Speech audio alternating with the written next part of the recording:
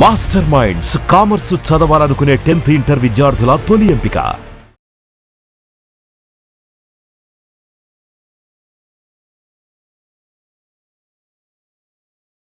సాధారణంగా అడవుల్లో మీరు వెళ్ళిన తర్వాత మీరు ముందేమో గ్రామాల్లో ఉన్నారు, అవును సార్. అడవులకు వెళ్తారు. అవును.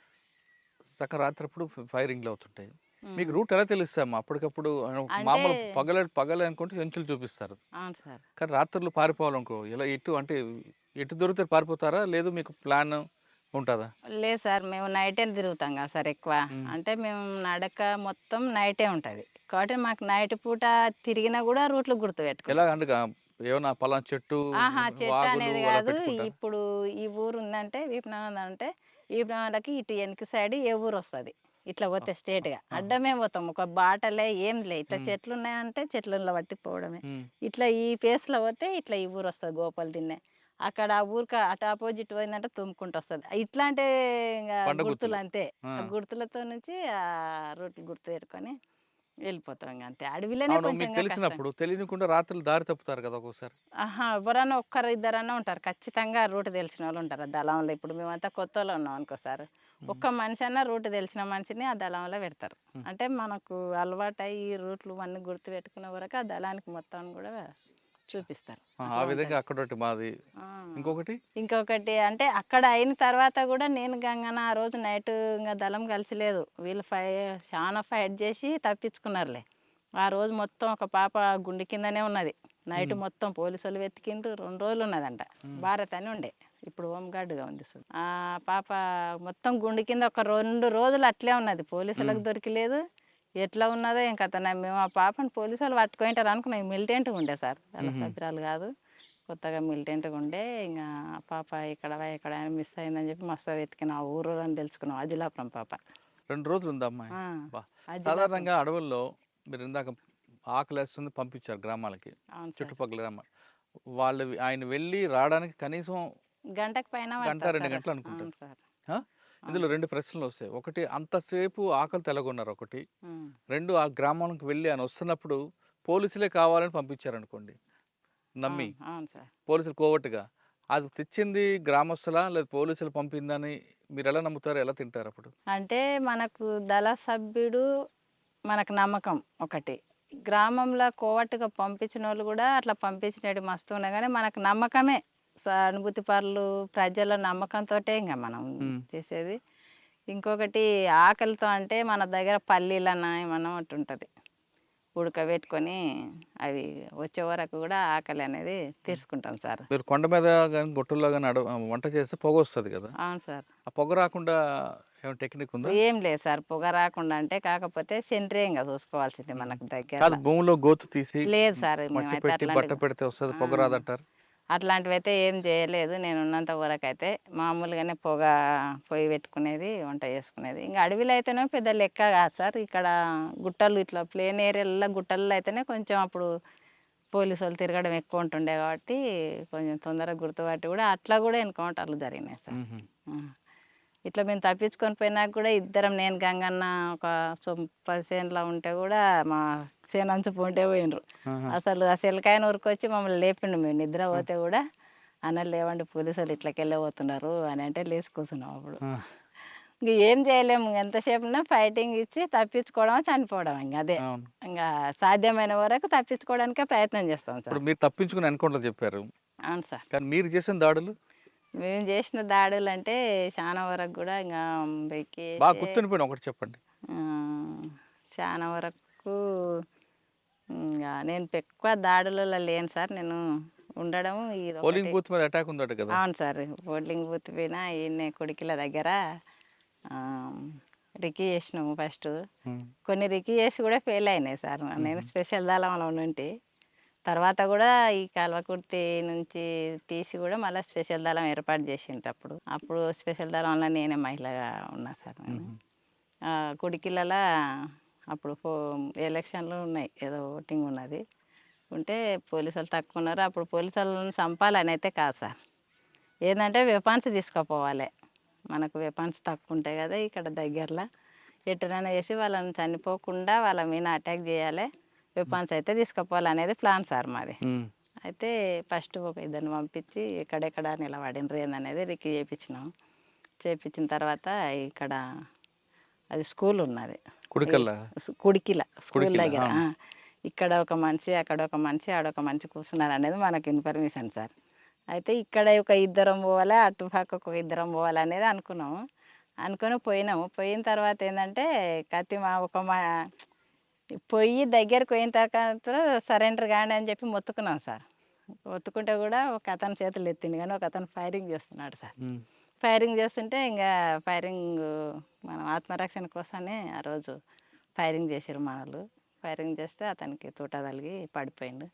పోలీస్ ఆయన తలిగిపోతే అది అప్పుడు 2 వెపన్స్ తీసుకొని వెళ్ళిపోయినాం సార్. ఇంకా అంతే. బాధ అనిపించలేదు మీకు?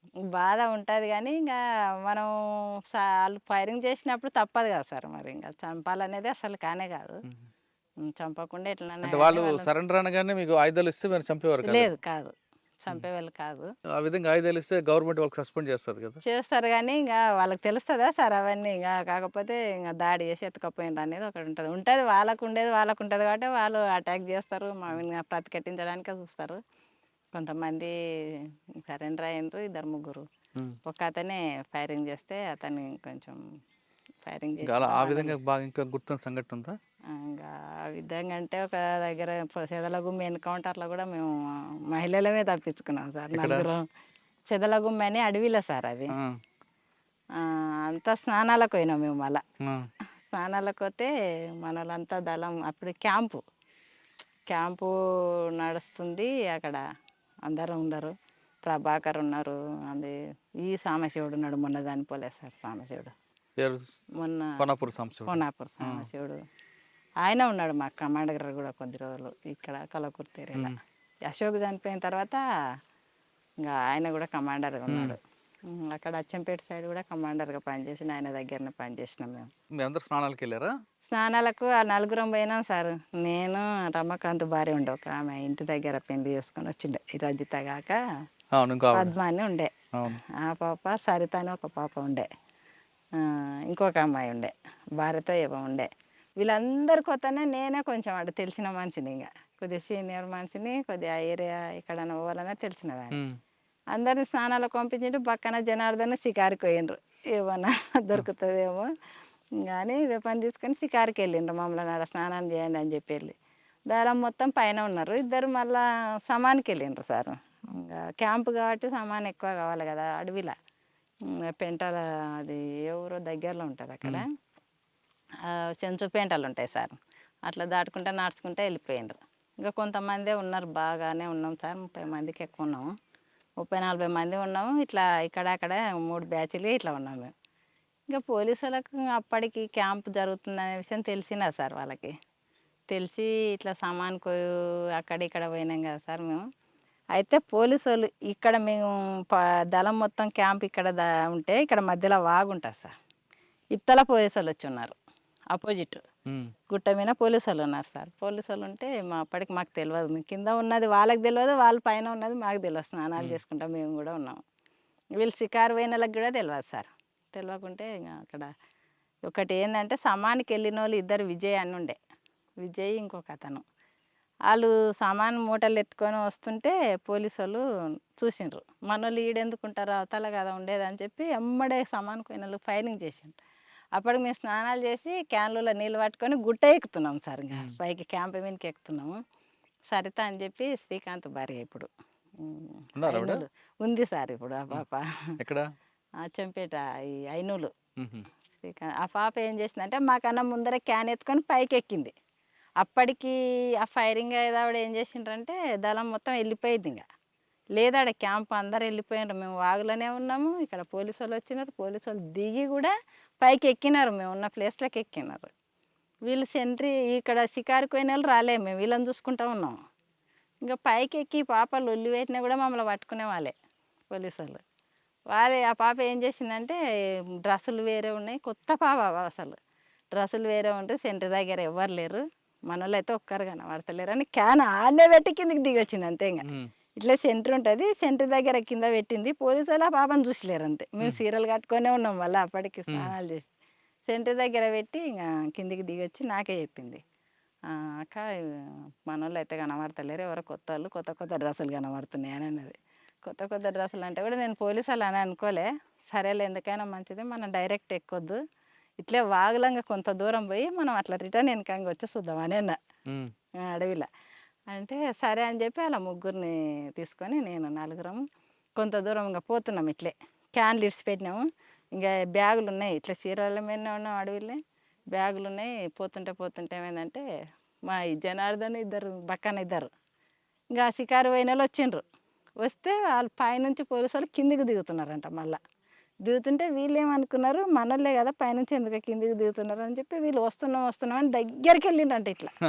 ఇట్లా దగ్గరికి వెళ్ళే వరకు అరే మనోళ్ళు కానట్టుందని చెప్పి ఎమ్మడే జనార్దన్ ఫైరింగ్ చేసింది. అప్పుడు పోలీసులు వెనక్కి కొరికాను. ఆ ఫైరింగ్ శబ్దం విని మేము ఇంకా మనోళ్ళు అయితే కాదు, పోలీసులో ఉంటుంది, మనోళ్ళు లేక ఇంటర్లే కొత్త డ్రెస్సులు అంటే ఫైరింగ్ అవుతుందని చెప్పి అప్పుడు అక్కడ నుంచి కొంత దూరం పోయి మళ్ళీ డ్రెస్సులు మార్చుకున్నాము. ఈ అడవిలో ఇట్లా చీరల విన పోలేము మనం, డ్రెస్సులు అయితే మార్చుకోండి అని చెప్పి డ్రెస్సులు మార్పించినాయి. ఇంకా యూనిఫామ్ వేసుకోండి మనం పోలేమని చెప్పి అంటే అప్పుడు ఇంకా మాకు అప్పుడు అర్థమైంది సార్. ఇంక ఇప్పుడు వీళ్ళకి ఎప్పుడైతే ఫైరింగ్ జరిగిందో జనార్దన్కి బక్కనకు వాళ్ళు ఇంకా అప్పుడు అర్థమైంది ఇది ఎన్కౌంటరే, ఇంకా సార్ అన్నోళ్ళు లేకుంటారు ఎట్లా చేసి ఇంకా మనం ఇక్కడ నుంచి అయితే వెళ్ళిపోవాలి అని చెప్పి వాళ్ళకి ఇంకా యూనిఫామ్ వేసుకొని అట్లా ఏట్లకు దిగి ఇంకా మాకు అప్పటికి ఎక్కడ పోవాలనేది కూడా తెలియదు. ఇంకా ఏట్లకు దిగి నైట్ అంతా నలుగురం అడవిలో వండుకున్నాం.